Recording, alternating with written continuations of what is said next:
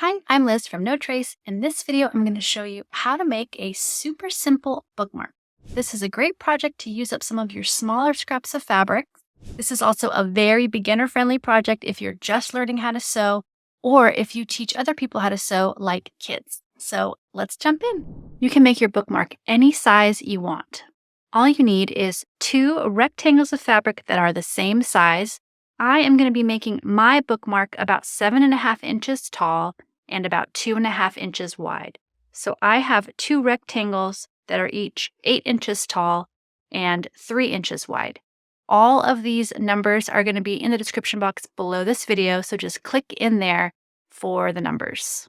I'm going to be using some small scraps of fabric to make a heart shape, and I'm going to show you how to attach the heart using a needle and embroidery floss, and also how to attach the heart at the machine. The very first step is to make a heart-shaped pattern, and obviously you want to make your heart smaller than the full width of your bookmark. So you want your heart to be about 2 inches. So just grab a scrap of paper and a pencil or a marker and just draft your heart. Then get your paper scissors, not your nice fabric scissors, and go ahead and cut your heart pattern piece out. And if you care about how symmetrical it is, you can always fold it in half and cut it out of the paper on the fold, and then you'll get a perfectly symmetrical heart. I don't mind if mine is not perfect.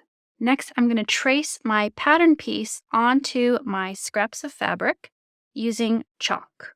Probably can't quite see that, but I have 2 little hearts traced. I'm going to cut them out now, and I'm going to cut on the inside of the chalk line so that my chalk marks don't show up on my bookmark. You could also trace your heart pattern on the back of your fabric, and then you don't have to worry about the chalk mark showing up. I didn't do that, so you might want to do it on the back of your fabric. All right, the 2 hearts are cut out, so now we want to figure out where we want to place them on the fabric. I'm going to put 1 heart on this bookmark and the other heart on this bookmark. So just eyeball that. And then I'm going to go ahead and pin them each in place. First, I'm going to show you how to sew your heart on using some embroidery floss. And I have an embroidery needle here. It has an extra large opening. So go ahead and get your needle threaded. And then I like to put a little knot at the end. And I'm going to do a really simple running stitch all the way around this heart. So you want to start at the back of your fabric. And you want to come in about 1/8 of an inch or so away from the raw edge of your fabric. We're not finishing these raw edges because this is a bookmark. And it shouldn't go through too much rough and tumble. So there's my first stitch. Now I'm going to come out about that same stitch length away. So if you could imagine the length of this stitch is the gap before you start the second stitch. And I'm going to try to keep my stitches about the same size as I go all the way around my heart. Okay, I made it all the way around. So on the back side, what I like to do is just go under a close by stitch to create a loop, go into the loop to create a knot. Then just trim the extra thread. We're going to sew the other heart on at the machine. So I'm just going to get my heart under the presser foot. And I'm going to just take my time and sew carefully around the edges with about 1/8 of an inch seam allowance. And at the curves, I'm just going to lift and turn a little bit so that I kind of follow that curve shape. And you can also gently pull on the fabric.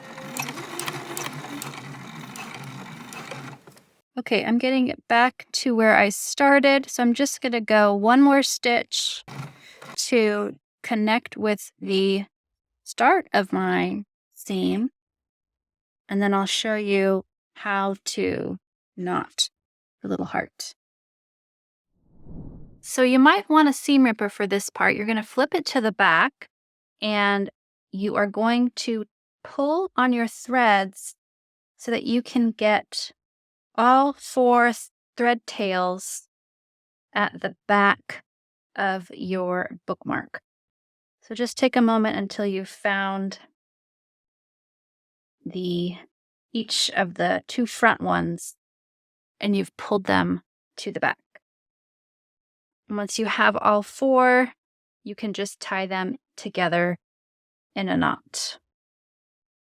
Okay, I finally got all 4 to the back, so I'm just going to grab 2 at a time and just tie them into a simple double knot. And of course, trim the extra threads. And these thread bits are going to go in my tiny bits bin with all my other tiny bits. These get repurposed as additions to my compost bin, or they get used as stuffing, or in other fun creative projects.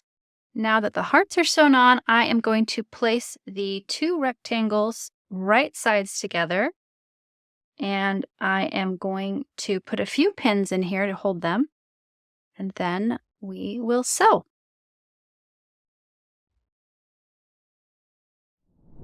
Okay, at the machine, I am going to sew these together with a 1/4 inch seam allowance. And I am going to start on near the bottom on one of the long sides. And I'm going to do a back stitch at the beginning and the end, but I'm going to leave an opening of a few inches right here so we can turn the bookmark right side out.